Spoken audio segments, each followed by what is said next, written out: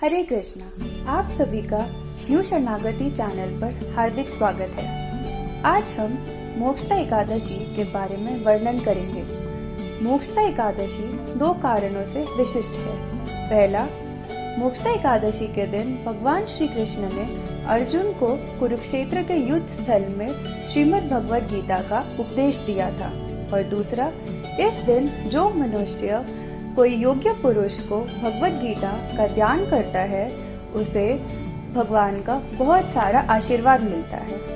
अब हम मोक्षदा एकादशी की कथा का श्रवण करें। यह कथा ब्रह्मांड पुराण से ली गई है।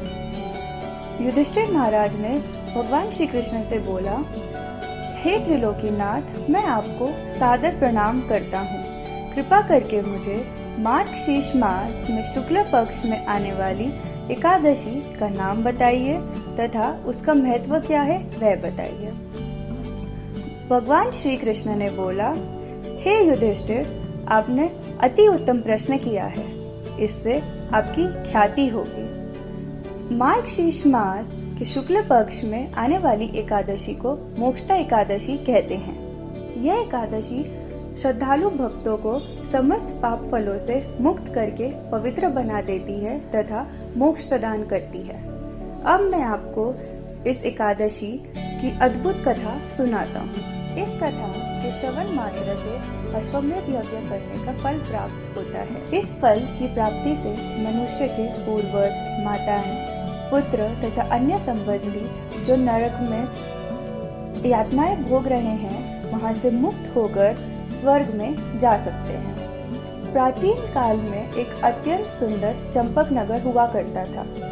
वहाँ के राजा वैधानस अपनी प्रजा को अपनी संतान समझकर उन पर राज्य करते थे। एक रात्रि राजा वैधानस ने अपने स्वप्न में देखा कि उनके पिता को नरक में बहुत सारी यातनाएं भोगनी पड़ रही हैं। प्रातः काल होते ही राजा वैधानस ने अपने विद्वान ब्राह्मणों की सभा में उन्होंने जो स्वप्न में देखा वह बताया।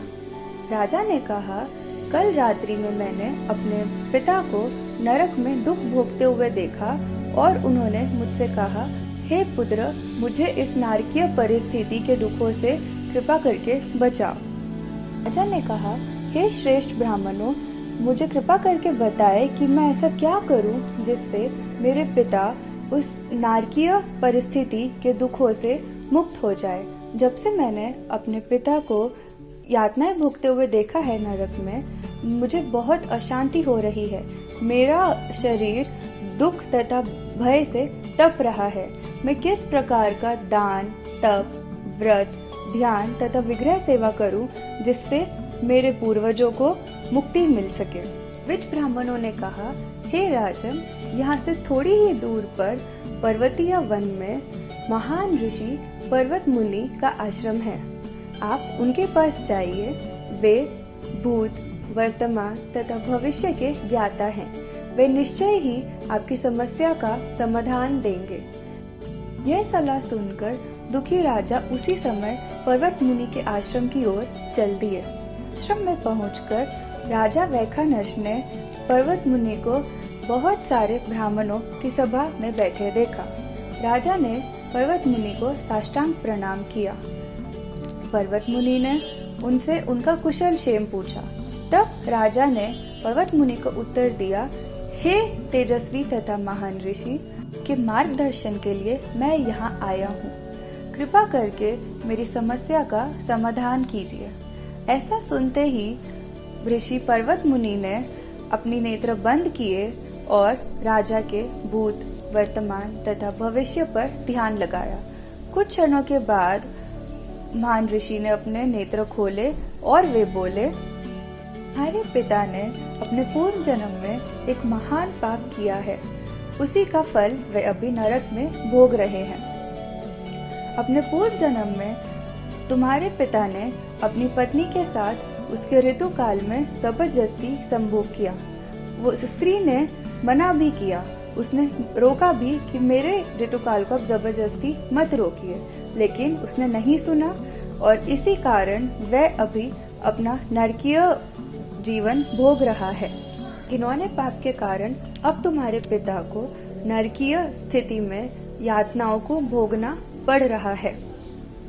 तब राजा वैखानस ने महर्षि से पूछा, व्रत तथा दान आदि मैं किस प्रकार से अपने पिता को इस स्थिति से मुक्त करा सकता हूँ? कृपा करके मुझे बताइए कि मैं ऐसा क्या कर सकता हूँ जिससे मेरे पूर्वजों को मुक्ति मिल सके। तब महर्षि पर्वत मुनि बोले, मार्गशीर्ष मास के शुक्ल पक्ष में मोक्षदा एकादशी आती है। अगर आप इस एकादशी का विधि पूर्वक व्रत करते हैं और इससे मिलने वाला पुण्य अपने पिता को दे देते हैं, तब उन्हें उनकी इस स्थिति से मुक्ति मिल जाएगी और तत्काल ही मोक्ष प्राप्त होगा। सुनकर राजा वैखानस ने पर्वत मुनि का धन्यवाद किया तथा वे एकादशी का व्रत करने के लिए अपने महल वापस चले गए। हे युधिष्ठिर, जब मार्गशीर्ष मास का शुक्ल पक्ष आया, तब राजा वैखानस ने मोक्षदा एकादशी का श्रद्धा पूर्वक इंतजार किया। फिर मोक्षदा एकादशी के दिन उन्होंने अपनी पत्नी, बच्चों तथा अन्य संबंधियों के साथ एकादशी का विधि पूर्वक पालन किया तथा उस व्रत का पुण्य अपने पिता को दे दिया। तथा जो ही उन्होंने संकल्प किया, देवताओं ने आकाश से पुष्प वर्षा करी और उनके पिता को देवदूत आदर पूर्वक स्वर्गलोक में लेकर जाने लगे। जब उनके पिता निचले से मध्य तथा मध्य से उच्च लोक की यात्रा कर रहे थे, तब वे अपने पुत्र के राज्य से गुजरते हुए उन्होंने अपने पुत्र को कहा, हे प्रिय पुत्र, तुम्हारा कल्याण।